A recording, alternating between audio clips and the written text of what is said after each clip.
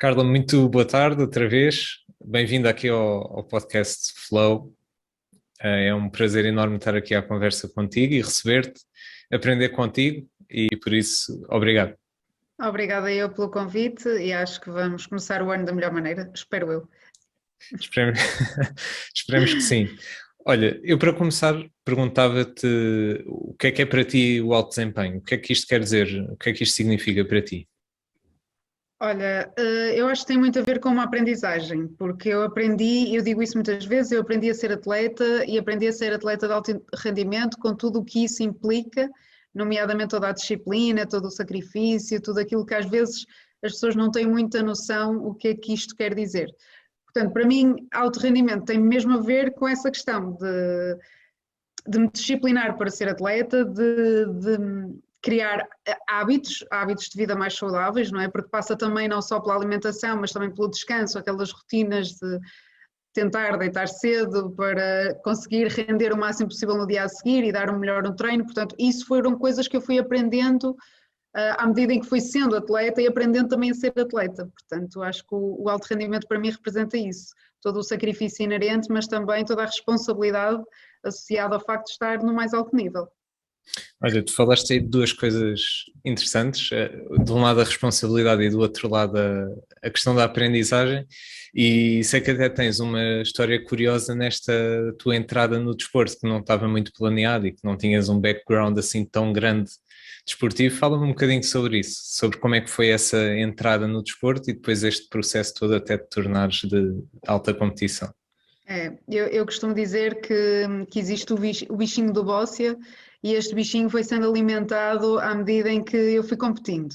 Eu experienciei o bóssia a primeira vez com 14 anos, na altura ainda no Estádio das Antas, e claramente percebi que não me identificava nada com aquela modalidade e, portanto, disse não, nem pensar. Eu não tenho cultura desportiva, portanto, eu não me identifico com o desporto, não estou nessa fase da vida de querer esse tipo de compromisso e, portanto, tirei qualquer hipótese e anulei qualquer hipótese de ingressar no desporto.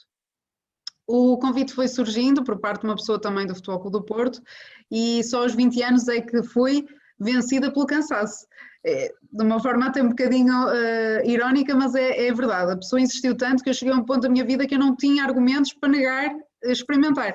E então comecei a treinar, pronto. Mas não estava muito convencida de que o desporto me fosse prender.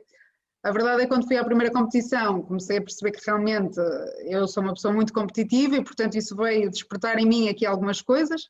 Eu acho que até aumentou o meu autoconhecimento, porque acho que há coisas que só se conhece quando realmente somos colocados à prova e aí eu conheci uma nova Carla, um bicho, não é? Eu não sabia quem eu era, então de repente a competir aparece outra pessoa e portanto até é muito engraçado, ainda há pouco tempo no Campeonato da Europa comentaram que deu uns streamings em direto dos meus jogos e as pessoas diziam, ai, tu fazias cada cara, era cada expressão, tu não te rires, não tem como rir, em competição eu só me rio no final quando ganho o jogo, portanto não dá para rir e ainda assim tem que jogar bem para conseguir exteriorizar a felicidade, mas de qualquer maneira eu acho que é um nível de exigência tão grande, são níveis de adrenalina tão grandes, é um stress em competição que realmente o rir, que faz parte de mim naturalmente, em competição isso não acontece tanto.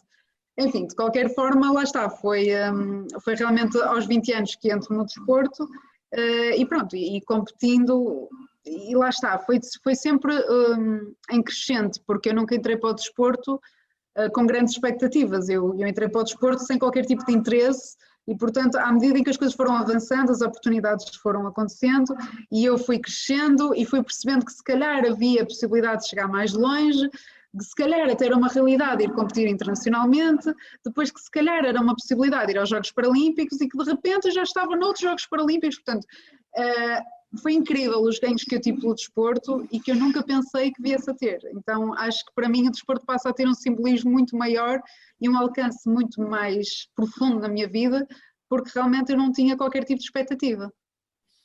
Isso é interessante, até porque muitas vezes nós colocamos a expectativa tão alta que depois também a margem com que nos surpreendemos é menor, ou às vezes até nos chegamos a desiludir, não é? E É por isso, verdade. esse é um lado positivo de não teres colocado expectativas. Mas falaste de uma coisa curiosa, que é a questão de te teres conhecido uma segunda vez, por assim dizer, na competição. Como é que isso foi? Como é que foi deparares-te com essa segunda Carla, por assim dizer?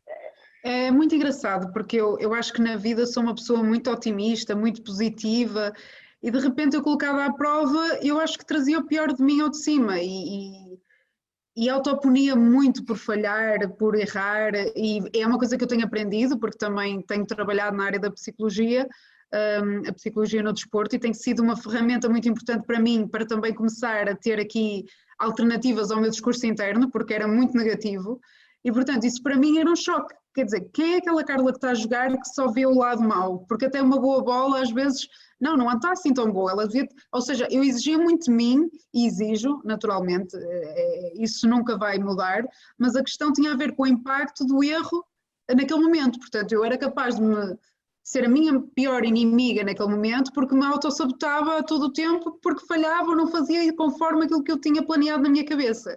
E o Boss é um jogo que exige muita estratégia, é um jogo que exige pensar muito o tipo de jogo consoante o adversário que nós temos, consoante o número de bolas que temos e, portanto, quando falhamos uma bola temos que reajustar todo o jogo. E este trabalho contínuo, não é? De gerir a expectativa e a frustração de, ok, eu não consegui fazer o que eu tinha pensado, então vou ter que reestruturar todo o jogo, vou ter que pensar de uma forma diferente, vou ter que tentar gerir com aquilo que eu tenho, isso era muito complicado e, portanto, eu sentia que era a minha pior inimiga nesse momento, então eu tive que aprender a lidar com esta Carla que eu não conhecia, que se calhar lá está, trouxe o pior, mas aprendeu-me a lidar com isso e tornar-me mais forte, não é? Eu acho que às vezes é isto que acontece, nós tendo em conta as dificuldades e as adversidades, conseguimos nos superar e eu acho que nessas questões mentais e mais psicológicas do jogo conseguimos superar também, mas tive que passar por este processo de autoconhecimento que foi doloroso, foi difícil, porque eu não me identificava, mas de qualquer maneira eu acho que nós, lá está, quando somos colocados à prova nós temos outros aspectos nossos que vão exteriorizando, não é? E é muito mais complicado. Uma coisa é no dia a dia, quando nós conseguimos controlar e de repente é sem ter o controle da situação, perceber de que maneira é que eu posso minimizar os impactos das coisas menos boas. E portanto, lá está, foi uma aprendizagem e não foi, continua a ser, não é? Porque ainda assim, pronto, tenho os meus momentos, tenho as minhas situações e continuo a ter muito que trabalhar também nessa área. E como é que tens sentido que esta evolução e esta aprendizagem tem tido impacto positivo no teu desempenho, depois mesmo em competição?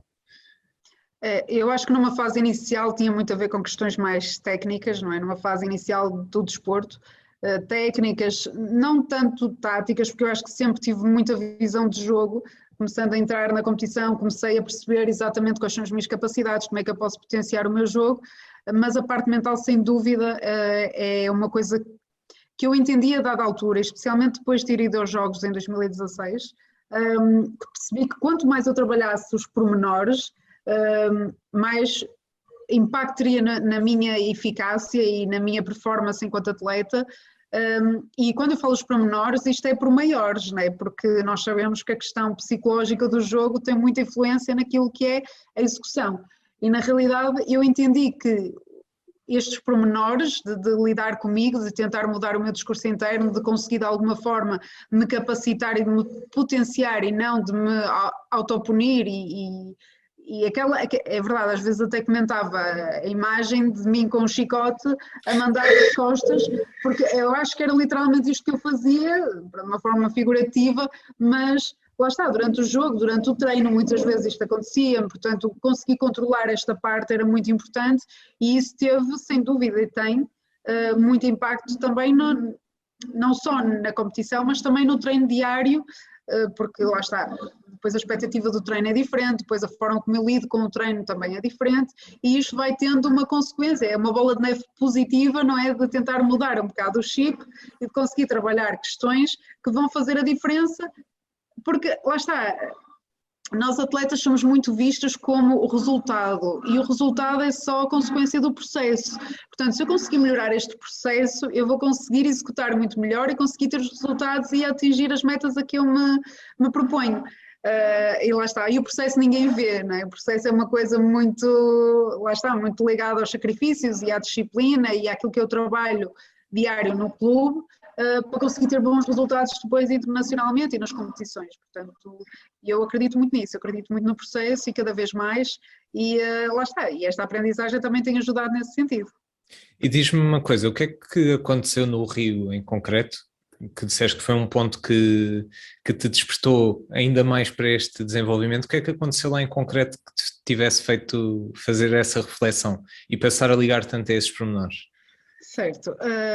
Eu acho que fui para o Rio completamente verde. Eu acho que não estava nem pouco mais ou menos preparada para aquilo que era a experiência dos Jogos Paralímpicos. Eu tinha colegas, felizmente na Bóssia nós somos conhecidos como uma modalidade que traz muitas medalhas e infelizmente nestes Jogos não aconteceu, mas tenho colegas que já foram a várias edições dos Jogos Paralímpicos. Portanto, eles diziam-me: Carla, os Jogos é uma coisa incrível, tu nunca viveste aquilo. Eu achava que eles de alguma maneira exageravam na forma como tentavam explicar o que eram os Jogos.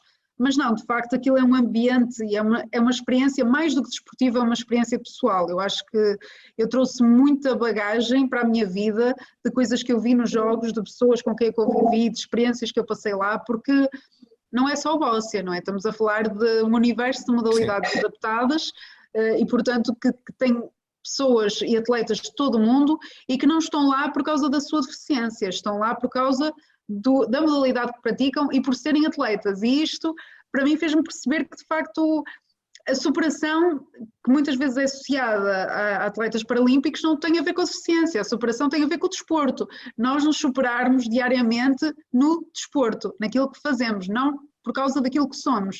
Não sei se consegues entender a dimensão que sim. está a transmitir. É para o desempenho, é igual, não é? Não é tanto para as debilidades, é para o desempenho. Estão ali Sim, porque atingiram desempenhos. Exatamente, e há muita gente que associa o desporto paralímpico à superação, porque nós somos seres extraordinários, porque nós, meu Deus, porque há pessoas ditas normais que nem saem de casa e nós vamos praticar desporto. Não, não é tanto nessa lógica, não é? Era numa lógica de que ninguém estava ali por causa da sua deficiência, estavam todos ali porque eram atletas, não é? E a deficiência era um pormenor, passava completamente ao lado, até porque era muito normal ter algum tipo de deficiência, portanto, era normalizado a deficiência naquele meio. É muito engraçado, porque a dada altura eu até comentava com a minha mãe: olha, eu acho que é melhor começares a mancar. A minha mãe é a pessoa que me acompanha na parte esportiva. E eu dizia: mãe, começa a mancar, que é para pareceres normal aqui no meio, porque de repente o normal era um anormal da nossa sociedade, porque não é? Nós sabemos que no dia-a-dia não se vê muita gente em cadeira de rodas, não se vê muita gente com deficiência, de repente eu é que sou a diferente na sociedade. Ali não, ali eu era uma normal na sociedade, porque o normal era ter algum problema, portanto, e isso é uma mudança de paradigma tão grande e é perceber de facto que nós temos um problema estrutural na nossa sociedade e que precisamos tanto trabalhar estas questões ainda relacionadas com o desconhecimento e com a ignorância que existe em relação às questões da deficiência, no fundo, e tem a ver com isso, com as capacidades de cada um e com a diferença, que de facto isso fez-me abrir olhos completamente. A nível da experiência desportiva, eu vivi algo que eu nunca pensei, que era, e que foi, que eu acho que nem nos meus maiores sonhos imaginava isto, ter um pavilhão com 10 mil pessoas a assistir ao Bóssia. Nós, a nível nacional, estamos habituados a ter meia dúzia de pessoas a assistir e são meia dúzia de pessoas que estão ligadas diretamente aos clubes, ou treinadores, ou dirigentes, ou equipas técnicas, portanto não é tanto claques ou não é, no fundo um familiar ou outro tem, mas depois não há aquele impacto. Então de repente nós tínhamos um pavilhão em que faziam a onda, em que gritavam, em que era impossível. Eu não estava preparada para isso, porque eu nunca tinha vivido aquilo, de ter um pavilhão cheio e de alguma maneira... Eu até brinco, não é? Às vezes nem sabia de lançar a bola, só olhar para a multidão e ver aquele espetáculo todo, porque era realmente incrível. E é nesse sentido que eu digo que não estava tão preparada, que de facto não me preparei nesse sentido, nessa questão de concentração, de ligada a essa área. De qualquer maneira, passar por esta experiência fez-me perceber o quanto eu queria viver isto outra vez, o quanto eu queria, e tanto que na altura eu comentei até com o selecionador nacional e disse: olha, eu posso ter ido ao Rio pela cota feminina, porque existia esta cota e eu fui cobrir a cota, mas eu vou a Tóquio por mérito. E eu disse-lhe isso no início, no primeiro estágio, depois dos Jogos do Rio. E de facto foi incrível chegar ao final dos 5 anos, porque foram 5 anos, porque meteu-se a pandemia no meio, e perceber que tinha 3 atletas, ele tinha que escolher um para jogar individualmente e ele escolheu-me a mim, portanto, e não foi pela cota, foi porque das 3, 2 eram homens e eu era mulher, e ele acabou por me escolher a mim por achar realmente que a evolução maior foi a minha e que de alguma maneira eu merecia esta oportunidade. Portanto, enquanto que no Rio eu não competi individualmente, só competi na vertente de pares, em Tóquio eu pude competir nas duas e fui a única, portanto isto para mim foi o meu maior ganho, no fundo, de colocar uma grande meta e um grande objetivo, que era a ida ao Tóquio, que eu parei tudo na minha vida em função disto e conseguir atingir e ser reconhecida internamente, não é, por quem trabalha diretamente connosco, por todo o esforço inerente a essa conquista. Portanto, lá está, acho que foi essa percepção do conhecimento daquilo que era o mundo paralímpico que me fez querer ainda mais. E como é que tu lidaste com essa responsabilidade? Com essa responsabilidade de te terem dado esse voto de confiança e de ser ao mesmo tempo um objetivo muito grande que tu tinhas, mas acaba por ser sempre uma responsabilidade que tens e uma prova de confiança que te estão a dar. Como é que tu lidaste com isso? Ou como é que Primeiro que isso... uma satisfação enorme, não é? No fundo, perceber que de 3 opções escolheu-me a mim, não é? Para poder representar e, portanto, lá está. Fui muito mais consciente, muito mais madura para esta competição, para os Jogos de Tóquio em 2020, que aconteceram em 2021, mas fui muito mais consciente, muito mais madura, muito mais preparada, não só, especialmente na vertente desportiva, porque depois já sabia o que é que ia lidar no resto, não é? Não tínhamos o público, não é? Que foi uma grande diferença e que se calhar já estaria preparada para lidar também com essa parte, mas infelizmente não tivemos público. Ao mesmo tempo, foi uma responsabilidade muito grande e depois houve a consequência também de nós vínhamos de um registro muito intenso na seleção e aconteceram muitos estágios de muito tempo, porque nós queríamos no fundo recuperar o tempo perdido em relação ao ano com o Covid, o ano 2020, Okay. que nós tivemos um interregno muito grande. Felizmente no clube começamos a treinar em agosto de 2020 e nunca mais paramos, portanto mesmo quando depois ficou mais agressivo as questões pandémicas em dezembro, janeiro, e eu fui treinar na mesma, portanto o clube entendeu que era importante eu estar o melhor preparada possível para os jogos e portanto não podia parar a parte, por muito que a gente treine online nunca é igual fazer o treino técnico com bolas, portanto era importante essa parte e portanto isso fez-me olhar para trás e perceber que eu fiz tudo o que estava ao meu alcance, eu preparei-me da melhor forma possível, só que nós tivemos 2 anos sem competição internacional e portanto eu acho que isto se refletiu muito depois na forma como eu competi, porque eu não acredito que exista uma melhor forma de nos prepararmos para a competição sem ser competindo. Portanto, nós estávamos sem competição nacional há mais de 1 ano e sem competição internacional há quase 2, portanto eu senti que não estava com o ritmo que devia, que não estava, porque nós fomos a única modalidade, acho eu, de todas as paralímpicas que parou completamente. O bóssia foi o único que não competiu, portanto o resto da malta tinha toda, vinham quase todos de competições de outros países e de fazerem e de terem um ritmo diferente, nós não.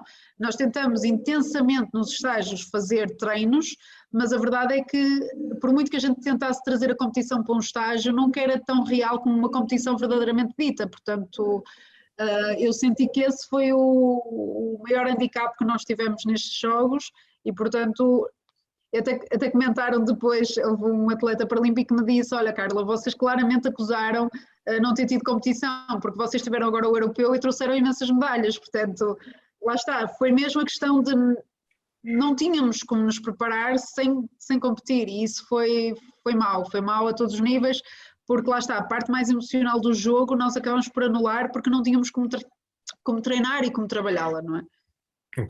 Ok, sim, isso é relevante depois para o desempenho. Eu voltava atrás, e até porque tu falaste nesta questão da responsabilidade logo no início, e eu ia-te perguntar, há esta parte da responsabilidade ligada, por exemplo, à confiança que depositam em ti, E há a parte da responsabilidade de tu representares um grande clube e representares Portugal também. E como é que é essa experiência? Fala-me um bocadinho sobre isso. Eu não sinto de forma alguma que nem no clube nem na seleção nos tentem pressionar com resultados, porque nós, portanto, a tónica da responsabilidade é muito minha por aquilo que eu sei que estou a vivenciar e pelo nível que eu sei que estou e pelo nível que eu quero representar. Agora, eu nunca senti essa pressão de tens que mostrar resultado, tens que conseguir atingir aquela meta, até porque sou muito eu que defino as metas que quero e os objetivos que tenho para aquela competição. Eu quero fazer isto, eu quero fazer aquilo, eu quero chegar ali, eu vou-me propor a isto, portanto, nunca me disseram, olha, a tua meta tem que ser esta, senão, olha, não, nunca, em momento algum, e ainda bem, porque eu acho que não iria funcionar bem. E até porque eu exijo mesmo muito de mim própria, portanto, eu acho que já nem precisava dessa força maior. Extra. Exatamente. De qualquer maneira, é uma responsabilidade muito grande, mas também é um orgulho imenso. Portanto, eu faço o meu trabalho diário o melhor que consigo, tal como eu já disse anteriormente, para chegar à competição, olhar para trás e dizer, olha, eu fiz tudo o que podia, eu dei o meu máximo, eu se calhar faltei aquele acontecimento que queria ter ido para poder treinar, para estar melhor preparada, portanto, eu sei os sacrifícios que fiz para estar aqui e, portanto, eu vou dar o meu melhor. Porque depois isto também gera aqui algum trabalho de confiança, né? É importante também não só trabalhar as questões mais psicológicas do jogo, mas também da confiança que nós temos no trabalho que fazemos e, portanto, isso é muito fundamental. E essa confiança é muito passada por parte do clube e da seleção. Eu sinto muito essa confiança e não tanto pela parte de cobrarem e de responsabilizarem, porque, não é, pronto, agora outra questão muito importante e nada tem a ver com a performance desportiva, mas enquanto representante de atletas, enquanto figura de referência, não é? Porque eu noto muito isso mesmo no clube, e especialmente no clube, eu noto que os meus colegas olham muito para mim como referência, como, olha, um dia eu quero chegar onde a Carla chegou, então eu tenho que ter um comportamento completamente diferente em treino, porque eu sei que eles vão me imitar, eles vão no fundo copiar aquilo que eu estou a fazer, portanto eu tenho que ter muito cuidado, se calhar, até com aquilo que às vezes me apetece dizer, não é? Porque às vezes me apetece-nos dizer algumas coisas não tão simpáticas, mas de qualquer maneira tento controlar toda a minha postura enquanto atleta, toda a minha postura enquanto, digamos, até profissional, não é? Porque isto acaba por ser uma parte profissional daquilo que eu faço, não é a minha vertente profissional, mas é um trabalho profissional, então tentar ser referência para esses meus colegas e essa responsabilidade que eu falo de ser atleta de alto rendimento também tem a ver com isso, com ser, com poder passar bons exemplos e testemunho daquilo que é o trabalho de um atleta de alto rendimento. Portanto, a responsabilidade não é só naquela prova, a responsabilidade é durante todo o processo, é o que eu digo, não dá para anular o processo em tudo aquilo que é a nossa performance, em tudo aquilo que é o nosso resultado. Até porque depois o resultado acaba por ser a expressão desse processo, não é? Como se tivesse, é como uma banda que está a ensaiar muito tempo para depois ir a um determinado concerto ou algo deste género. Eu ia te perguntar, e falaste da questão dos objetivos e de terem uma importância muito grande para ti, como é que tu garantes que defines objetivos que ao mesmo tempo te desafiem e que te façam atingir aquilo que tu ambicionas, mas ao mesmo tempo que te garantam esse sucesso e essa confiança que tu disseste que era importante também? Pois, isso é uma questão bastante complexa, porque mais do que o traçar os objetivos e as metas para uma determinada competição ou para um ciclo, normalmente eu funciono muito por competição, não é? Eu vou ter uma competição em princípio em abril, no Canadá, portanto já estou a trabalhar com olhos nessa competição. Mas o definir a meta, mais do que, por exemplo, em questões quantitativas de resultado, eu quero ganhar aquele jogo, eu quero chegar àquele lugar, é em questões qualitativas, do género. Eu quero conseguir colocar bem as minhas primeiras bolas. As primeiras bolas têm a ver com o início do jogo, quando eu lanço a bola branca e a seguir vou lançar a primeira bola de cor. Portanto, o meu objetivo é que eu consiga que a bola fique, se não ficar colada na branca, que fique no alinhamento do adversário, para dificultar o jogo a ele. Portanto, e eu também tento trabalhar muito nas questões dos objetivos mais qualitativos, não tanto da quantidade ou do resultado. E depois trabalhar a questão psicológica, que é quando esse objetivo não é concretizado, não é? Quando eu eventualmente não consegui fazer aquilo que me propus, tentar não me autossabotar, tentar realmente trabalhar no sentido de nada está perdido, portanto, o jogo vai continuar, até a última bola é jogo, portanto, calma, ok? Uma primeira bola não garante que eu vá ganhar o jogo ou o parcial, portanto, eu tenho o resto das bolas para garantir isso mesmo. E neste sentido eu tento fazer este equilíbrio ao longo da competição e ao longo da preparação dos meus objetivos, porque nós podemos nos propor, não é, a várias coisas, podemos nos propor a muitos objetivos e realmente não os concretizar, e não é por falta de trabalho, não é? Muitas vezes é porque há pormenores que nos escapam. Eu, por exemplo, recordo-me no europeu que eu andei mal da barriga porque acho que houve ali algum problema com a água do restaurante, do hotel onde nós estávamos, e eu até achava que era Covid e até fiz um teste e andava toda preocupada porque eu não achava normal aquilo, incluindo eu desmaiei, portanto na primeira manhã em que estive lá eu acabei por desmaiar no quarto e até a equipa técnica achava que era uma questão de stress, por estar a colocar muita pressão em mim, porque eles sabiam que eu tinha objetivos muito, muito altos para esta competição. Mas nada tinha a ver com isso, foi com problema na água, portanto há coisas que, e felizmente isso não teve interferência no meu resultado e eu consegui recuperar, e depois percebi que muitas pessoas ficaram mal também, portanto não fui só eu, houve ali um problema qualquer ou com a alimentação ou com a água, mas de qualquer maneira há fatores externos que nada têm a ver com aquilo que nós trabalhamos e que podem ter influência negativa ou positiva, lá está, naquilo que é a nossa execução. E portanto às vezes também gerir esta parte, estas expectativas, ou gerir o que nós controlamos e o que não controlamos, não é? É muito importante e fundamental para conseguir garantir que esses objetivos sejam alcançáveis. Olha, e como é que tu utilizas a derrota para potenciar novas vitórias? Ou este não atingir objetivos para depois conseguires ganhar a seguir? É assim, eu no momento em que eu não consigo ver lado positivo nenhum. Aquilo para mim é o fim do mundo, eu fico uma angústia tremenda, para mim é. E eu digo muitas vezes, o desporto é incrível quando a gente ganha, quando a gente perde, no momento é horrível. Eu não consigo muito lidar com.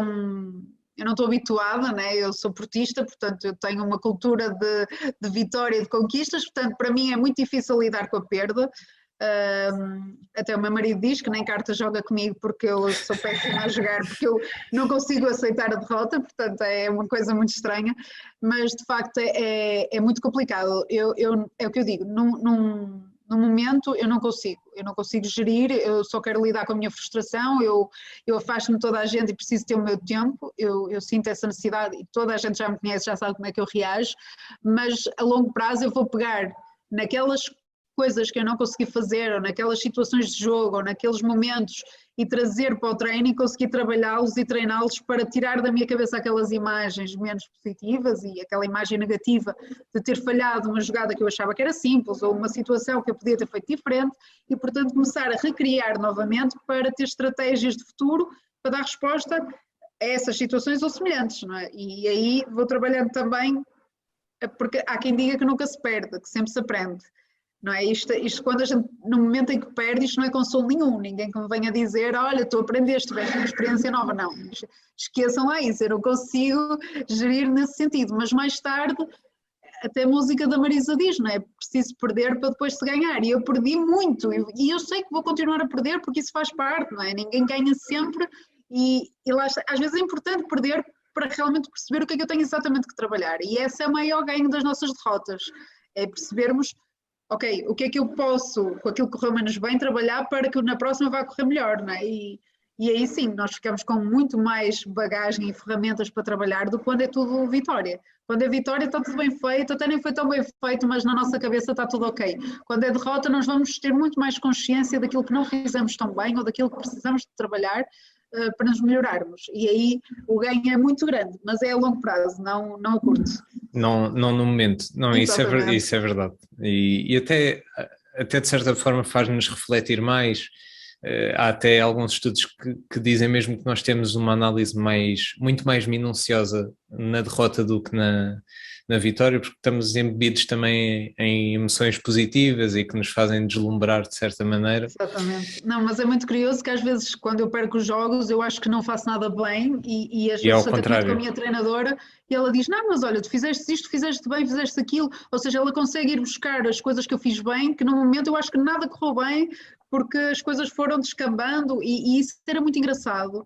E eu acho que isto é interessante dizer, numa fase inicial, quando eu estava no Bóssia, e antes de trabalhar tanto a parte mais psicológica, por exemplo, eu perder num jogo individual há 4 parciais, não é? E eu perdendo um primeiro parcial, a minha tendência era descambar, era não conseguir dar a volta, era desmotivar, porque lá está, a autopunição era muito grande.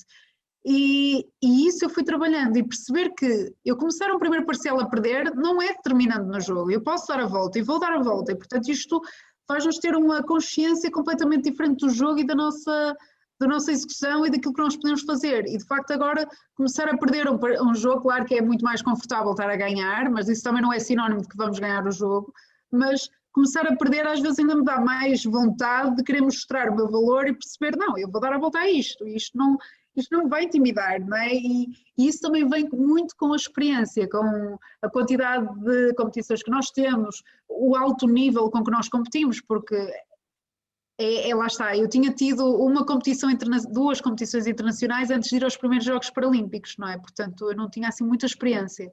Quando fui agora ao Tóquio, eu já tinha muito mais bagagem, muito mais experiências que eu tinha vivido de mundiais, já tinha a experiência dos Jogos Paralímpicos, portanto, de europeus, de Opens mundiais, portanto, experiências que eram muito mais enriquecedoras e de uma competitividade muito maior e que me ajudavam a estar mais preparada para aquele momento. E cada vez mais eu sinto isso quanto mais competições eu vou tendo. Já tens um repertório maior de coisas que podes ir aplicando e de contextos também que já viveste e que já sabes se calhar como atuar melhor ou como gerir melhor. E tu falaste da tua treinadora e isso eu acho que é um aspecto importante. Qual é que é a importância de tu teres uma equipa multidisciplinar à tua volta e como é que tu sentes quais é que são os grandes desafios de tu seres o elemento central, por assim dizer, no meio desta equipa?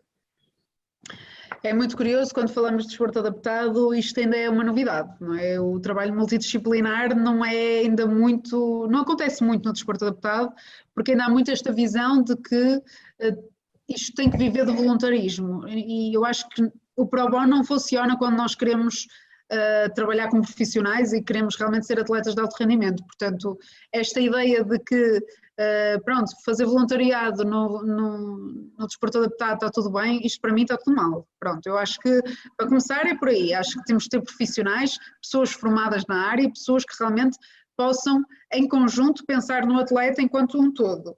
E eu felizmente no clube eu tenho excelentes condições. Nós temos desde fisioterapia, nutrição, psicologia, temos treinadores especializados, temos preparação física, que era uma coisa que não fazíamos há coisa de 2 anos para cá, portanto começamos a trabalhar a parte da preparação física que tem sido, e é muito engraçado que eu digo isso muitas vezes, eu não acreditava nada do trabalho de preparação física, eu fui muito cética no início e até levava aquilo um bocado na brincadeira até começar a perceber que estava a ter algum impacto no meu corpo e eu achava que não. E, portanto, até para mim é curioso entender que não podemos desprezar, se calhar, áreas, porque, como é que eu hei de explicar? Na realidade, o desporto adaptado ainda é algo que está numa fase mais de aprendizagem, infelizmente. Começamos cada vez mais a trabalhar a sério nestas questões, mas mesmo por parte de federações, muitas vezes acham que, pronto, um trabalho mais QB, de poucas horas, já é suficiente. Eu acho que esta ideia tem que mudar. E, de facto, até para mim foi uma lição perceber que ter uma pessoa especializada e que fazia quase um trabalho de preparação física específico para mim, porque tendo a patologia que tenho, o caso em particular que é de uma doença a nível muscular, do que é benéfico, o que é que pode ser prejudicial, e portanto haver um estudo e uma preparação do trabalho que é feito e quase não, literalmente individualizado para mim, isso foi muito importante, e perceber que coisas como o remo, que é uma coisa que normalmente as pessoas vão ao ginásio e fazem, eu achei que nunca na vida podia fazer, e quando eu percebi que até eu podia fazer esse tipo de máquinas e ter realmente aqui um desempenho muito maior físico, isso para mim foi incrível, foi potenciar, foi perceber que ainda que eu esteja no desporto adaptado, eu posso fazer o mesmo que os outros fazem, e isso acontece muito no clube, porque, por exemplo, nós treinamos no ginásio onde treinam as modalidades AS, onde treinam o handball, o hóquei, o basquete, nós treinamos nos mesmos espaços, nós convivemos com os mesmos atletas, nós cruzamos nos corredores, portanto, nós somos vistos como atletas do clube e não como atletas de desporto adaptado, e isto faz toda a diferença, não é? e realmente o trabalho multidisciplinar enriquece e aumenta muito a nossa performance, o olhar para o atleta, e está muito na moda falar da questão da saúde mental, e isto também tem a ver com saúde mental, não é? O prepararmos o atleta o melhor possível em todas as vertentes, em todas as áreas, conseguir perceber que, pá, não é só trabalhar a fisioterapia quando eu tenho uma lesão, mas há outras coisas que eu posso fazer para melhorar, então vamos fazer preparação física para realmente potenciar aqui mesmo o corpo, a estabilidade, a questão do tronco, por exemplo, que é muito importante no boxe, vamos potenciar, fazer um trabalho planeado, treinos planeados, específicos, treino específico, treino, jogo, treino, fazer, ou seja, isto é muito importante, mas na realidade isto ainda não existe assim tanto em Portugal, portanto é importante que isto comece a mudar e lá está, é importante que também em termos académicos as coisas comecem a evoluir, porque eu digo isto muitas vezes com tristeza, eu nunca tive nenhum médico a encaminhar-me para o desporto. Eu nunca tive, quando fui diagnosticada com distrofia muscular, nenhum médico a dizer-me, olha, tu tens uma doença, ok, tudo bem, isso vai progredir, mas olha, tu podes fazer desporto, podes fazer isto ou aquilo, existe não, nunca nenhum médico me recomendou desporto, e a verdade é que eu neste momento nem fisioterapia faço, isto fora do clube, portanto eu não cheguei a fazer algumas sessões de fisioterapia, neste momento não tenho tempo, nem tenho muita vontade na realidade para fazer fisioterapia, porque eu sinto que não tenho assim tantos ganhos como, por exemplo, estar no desporto. Eu acabo por trabalhar o corpo de uma forma muito mais subtil, mas muito mais intensa do que se calhar se vê na fisioterapia a trabalhar localizado, coisas de movimentos ritmados e coisas que não, pronto, enfim, não acrescentam valor. E portanto eu acho que aí é que é o maior ganho, é esse, é perceber que melhoramos muito, não só enquanto atletas, mas também nas questões mais básicas da vida. Olha, e a este nível, e voltando se calhar à tua experiência nos jogos, o que é que tu aprendeste mais com os contextos de outros países com que tiveste contacto e que se calhar até possam estar ligeiramente mais à frente do que o nosso contexto, ou não? Quais é que foram as principais aprendizagens que fizeste com eles? É assim, passa muito também por perceber o nível que existe lá fora, não é? E entender que temos de trabalhar muito cá dentro para sermos muito bons lá fora. Essa percepção, não é? No fundo de o ser bom nacionalmente não chega, nós temos que ser muito melhores, porque se queremos chegar lá fora e ter resultados, nós temos de trabalhar para isso. De alguma forma perceber que tipo de trabalho é que os outros países estão a fazer para conseguirmos de alguma forma entender se aquilo pode ser replicável para nós e podemos aprender com eles também nesse sentido. E portanto é muito engraçado, que eu acho que das coisas mais incríveis que se vê tem a ver muito com a comunicação entre equipa técnica e atletas. Portanto, a partir do momento em que, ou melhor, quanto mais descontraído for o ambiente entre atletas e equipa técnica, mais vai ser o sucesso desses atletas. E é muito engraçado que, pronto, uma equipa que é campeã paralímpica já por dois ciclos consecutivos, que é a Eslováquia, na minha classe, é uma relação incrível. Aquela comunicação entre eles funciona como um todo, não é? O atleta e o treinador serem quase um, não é? E estarem em sintonia. E isso realmente, claro, tem outras capacidades, outras competências, mesmo físicas, que, por exemplo, eu não tenho. Eles têm realmente muita força em comparação comigo e isso também lhes dá muita vantagem, por isso é que eles também acabam por ser os melhores, mas também tem que haver este bem-estar entre o grupo para se conseguir ter a união e a eficácia das coisas que se querem realizar. E, portanto, eu acho que aí é uma aprendizagem muito interessante, perceber que, ainda que a gente esteja no alto rendimento, nós conseguimos conciliar depois todo um ambiente à volta que também potencia os atletas. E isso acho que é muito curioso de ver nesse país em particular. Isso é interessante, muito interessante. E se calhar até continuava nesta linha de aprendizagem. Eu sei que tu tens formação académica numa outra área. Como é que essa experiência paralela, por assim dizer, contribui para o teu rendimento desportivo? O que é que tu consegues trazer de um lado e aplicares no outro? Eu tirei a minha licenciatura antes sequer de entrar para o desporto, não é? Eu terminei a licenciatura quando tinha 20 anos e foi com 20 anos que ingressei no desporto. Eu sempre senti que o desporto nunca seria o meu plano A na minha vida.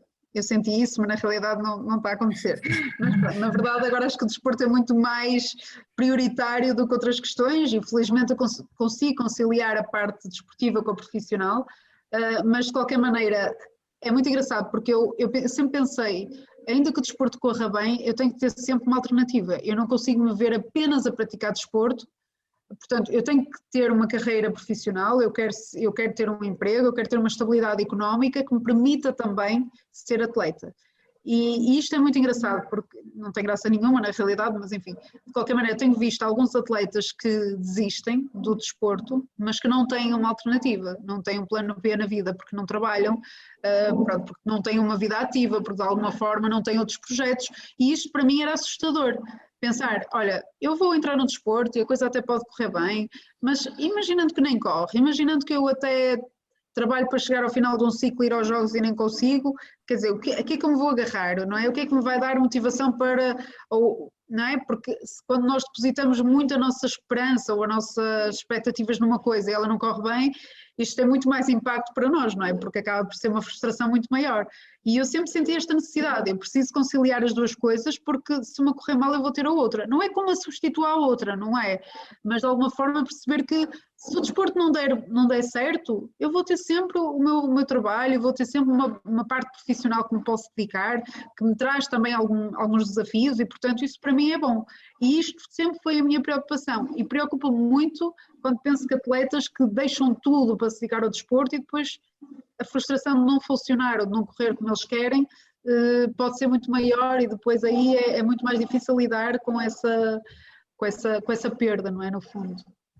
O que é que tu consegues levar do Bóssia para a tua profissão? É muita coisa, principalmente a parte da disciplina, da organização, do trabalho, dos horários, porque eu acho que sou uma pessoa que, pronto, anda assim sempre no limite, e o desporto obriga-me mesmo a cumprir horários, a chegar, não é, à hora certa, até já antes, não é? Nós internacionalmente temos até a câmara de chamada, que é um momento antes do jogo que nós temos X tempo para entrar, senão a câmara fecha, portanto esta responsabilidade do horário,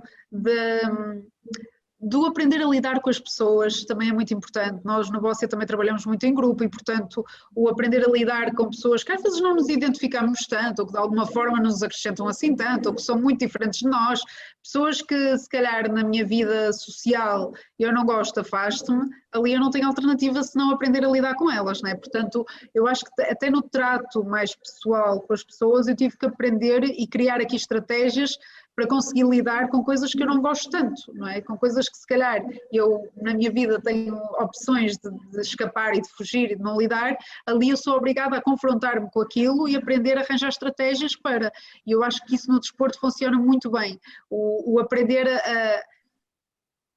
como é que eu ia dizer, a controlar o que não é controlável, mas é controlar-me a mim, em situações que eu não consigo controlar, portanto a perceber que, ok, tu não vais conseguir lidar com isso, porque não depende de ti, portanto, a minimizar o impacto que essas coisas possam ter em mim, não é? E isso acho que é um ganho muito grande para a vida e para a profissão e para vários contextos, portanto, acho que aí é sem dúvida uma aprendizagem muito grande. Isso é interessante, é quase aquela frase de não consigo mudar o que acontece, mas posso influenciar a forma como eu me comporto face ao que Exatamente. acontece. E o impacto que isso tem em mim, não é? Porque na realidade há coisas que eu sei que não vou mudar. Eu tenho um sentido de justiça muito grande e há coisas que a mim me revoltam e, portanto, infelizmente eu digo isso muitas vezes, eu tenho esta facilidade de comunicar, mas eu tenho colegas na Bóssia que não falam, portanto, eu sinto muito mais responsável também por poder falar por eles, por poder dar voz a quem não tem voz de alguma forma, e portanto, este sentido de isto não está bem, nós temos que mudar, arranjar soluções, mais do que apresentar os problemas, é arranjar soluções, e isto também aprendi muito no desporto. A tentar apresentar logo soluções e situações que pudesse melhorar de alguma forma para mudar as coisas à volta, não é? Não diretamente, mas indiretamente, não é? E isso também é uma aprendizagem muito, muito interessante, muito giro. Concordo contigo. E é pena nós já nos estarmos a aproximar do final e há aqui um assunto que eu gostava de abordar contigo, que é uma coisa que eu tenho sempre achado interessante e curiosa nas intervenções que eu tenho visto sobre ti,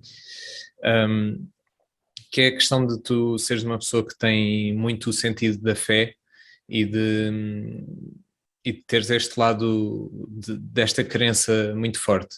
E no outro dia até lia que um dos maiores antídotos, por assim dizer, para o nosso ego é nós vermos as coisas que são superiores a nós, e para algumas pessoas será, por exemplo, a natureza, para outras pessoas será um Deus. Mas fala-me um bocadinho da importância que isto tem para ti e que tem vindo a ter ao longo do teu percurso. Eu acredito na vida com um propósito. Eu não acredito que nós estamos neste mundo só porque sim, só para viver uma vidinha ram-ram. Não, eu acredito que existem propósitos e às vezes não são coisas assim tão. Mas é o impacto que nós podemos ter na vida do outro, a diferença que podemos fazer na vida das pessoas que nos rodeiam.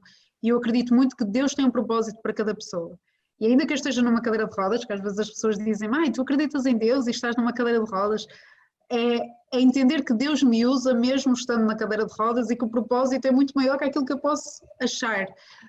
Portanto, é deixar Deus fluir através da minha vida em coisas muito simples, em diferenças, em palavras, em ações, em momentos, poder de alguma forma sentir que trago luz e que posso refletir a luz dele nas coisas que faço.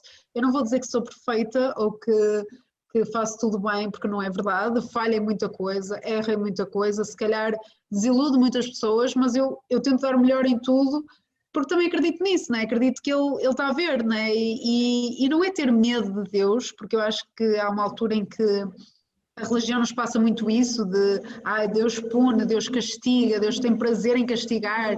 Não, eu não acredito nada nisso. Eu acredito muito num Deus de amor e num Deus que vibra com as nossas conquistas, que está ansioso por nós conseguirmos conquistar. Só que nós só conquistamos quando nós saímos da nossa zona de conforto. Não é? Muitas vezes essa conquista só não está ao nosso alcance porque nós não estamos a fazer por isso. Não é? E eu digo isso muitas vezes. Eu oro antes de ir para uma competição. Aliás, eu levo sempre a Bíblia para as competições que vou, para os estágios, e tiro sempre um tempo para ler, porque gosto de trazer um bocado a realidade da palavra para aquilo que está a acontecer no momento. E, portanto, essa leitura ajuda-me a abstrair um bocado do stress da competição, das coisas que, às vezes dos enredos que estão à volta que nada tem a ver com o desporto, mas lá está, de lidar com pessoas que às vezes nós não nos identificamos tanto e que isso nos desgasta, e de alguma maneira ir buscar refrigério, não é? Ir buscar aqui coisas novas e que de alguma maneira façam algum sentido naquele momento. E portanto eu faço esse trabalho muito no sentido de me completar e de me complementar e de me renovar. E pronto, okay. E acredito muito nisso, que Deus me renova as forças todas as manhãs e que me capacita, não me capacita para ficar sentada à espera que as coisas caiam do céu, não é? Porque às vezes há esta ideia, tu também oras a Deus e dizes, agora Deus faz. Não, não é Deus faz, eu tenho que fazer a minha parte, eu tenho que trabalhar, eu tenho que treinar, eu tenho que dar o meu melhor em tudo aquilo que faço, e acredito que depois Ele dá um empurrãozinho, porque a sorte também existe no jogo, não é? Portanto, é esta confiança de que eu sei que estou naquele lugar, eu sei que dei o meu melhor e sei que está comigo, portanto, e isso faz muita diferença. Ok. Não, isso é interessante precisamente por esta última, eu acho, por esta última parte que tu disseste de haver essa diferença que faz, e mais do que um Deus em concreto, ou, acho que esta questão de acreditarmos em algo superior, e muitas depois, vezes pode fazer a diferença. E não é só isso, eu vivo grata pela oportunidade da vida, eu sou muito grata por aquilo que tenho, por aquilo que consigo fazer, pelo facto de estarmos aqui a falar, eu sou muito grata pelo facto de falar, percebes? Ou seja, não é por estar numa cadeira que eu não tenho que ter motivos de gratidão, e não é, eu digo muitas vezes isso, o ser grata não é um momento, não é um estado de espírito, hoje acordei, estou bem, estou grata. Não, ser grata é um estilo de vida, e isto é que é a diferença, é nós vivermos agradecidos mesmo nas coisas não tão boas. Eu não sei porque é que eu estou a passar por isto, eu não consigo entender, eu não estou a conseguir lidar, mas há um propósito nisto, ok? Eu vou aprender alguma coisa com isto vai me ensinar alguma coisa, isto vai me dar ferramentas para o futuro, portanto, ainda que eu não entenda porque é que eu estou a viver, tu sabes, portanto, pronto. Ou seja, este estilo de vida que não é uma crença de tradição ou de religiosidade não, é uma crença diária, é uma crença pessoal e íntima, percebes? De uma relação com ele e não de uma coisa abstrata. Para mim é muito, às vezes as pessoas dizem, mãe, tu acreditas em Deus? Sim, eu acho que é preciso ter muito mais fé para acreditar que Ele não existe do que para acreditar que Deus existe. Portanto, para mim eu vejo Deus em tudo. E portanto é essa questão de saber que há um propósito maior, mas também de ser grata e viver a vida de uma forma apaixonada, que também me faz ter uma visão diferente das coisas. Ok, ok. Isso é interessante, e acho que é um bom argumento que Sim. utilizaste. Eu, para terminar, ia-te perguntar, ia-te pedir para me dizeres três aspectos, três palavras ou frases pequeninas que para ti signifiquem sucesso, que tu associes ao sucesso. Ok. Pensei que ia ser uma daquelas, define, pronto, isso é muito difícil para mim, tipo, resumir em, tipo, pronto. Mas o sucesso eu acho que está muito ligado àquilo que eu já falei, que é a disciplina, o sacrifício e a ambição. Ok. Acho que E, estas três, sim. e brevemente diz-me o porquê. Assim, Ok. resumidamente o porquê. A disciplina, sem dúvida, por causa de todo o processo. A disciplina e o sacrifício, eu acho que os dois. A disciplina e o sacrifício por causa de todo o processo para conseguir resultados. Ou seja, eu sei que é por causa dos treinos diários, é por causa de às vezes não me apetecer ir treinar, mas tem que ser, ou às vezes ter uma festa e não poder ir porque vou treinar, e sei que esses treinos vão fazer a diferença, porque quando eu estiver na competição vou-me lembrar disso, eu vou-me lembrar, não, eu faltei àquela situação, eu não queria treinar e fui, eu sacrifiquei, e depois é assim, é um sacrifício que não é só meu, é sacrifício de toda a minha família, não é? Porque isto implica não só a mim, mas toda a dinâmica da família, portanto eu sacrifiquei se calhar não ter tempo de qualidade com o meu marido ou com a minha família para poder estar disponível para aquele estágio, para aquele treino, para aquela situação, portanto daí essas duas sem dúvida, porque eu acho que não se fazem atletas de alto rendimento sem estas duas questões, e a questão da ambição, porque é isso que nos move, não é? A ambição de querermos mais, e eu recordo-me de ter um colega que dizia, eu só quero ir a uns Jogos Paralímpicos, depois eu acho que vou arrumar, vou encostar as botas, ou as bolas no caso. Isto não é real, porque nós queremos sempre mais. Nós chegamos a uns jogos e dizemos, não, agora quero ir a outros, mas eu quero chegar mais longe. Depois chegamos, não, eu quero agora chegar ao pódio. Depois chegamos ao pódio, não, eu quero só chegar à final. Depois chegamos à final. Ou seja, é este incansável desejo de ganhar, de conquistar, que nos move, sem dúvida. Portanto, a ambição é muito o motor daquilo que é o trabalho diário e de querer chegar mais longe e do sucesso, portanto. Ok, ok. Até porque no desporto não há um fim, por assim dizer, não é? Nós podemos sempre ambicionar mais e acho que é uma das grandes belezas do desporto. É verdade. É, é, é um recorde poder ser sempre quebrado. É É, podermos é a sempre. superação no desporto, é isso mesmo. Exatamente. É, Olha, foi uma belíssima conversa. Eu estou muito agradecido por este nada a tempo e agradecer. por tudo o que ensinaste, porque é mesmo assim. E pronto, e olha, quero desejar os maiores sucessos, a continuidade de boas performances que tens e Obrigada. continuaremos a acompanhar-te sempre. E deste Obrigada. lado fica o voto de força e de boa sorte agora para o futuro. 2022 vai ser um ano incrível, portanto, obrigada por esta oportunidade também para falar e de poder de alguma forma transmitir aquilo que eu penso em relação ao desporto e se há pessoa que aprendeu com o desporto fui eu e portanto poder também de alguma forma partilhar essa experiência. Ótimo, Obrigada. ótimo. Obrigado. Tchau.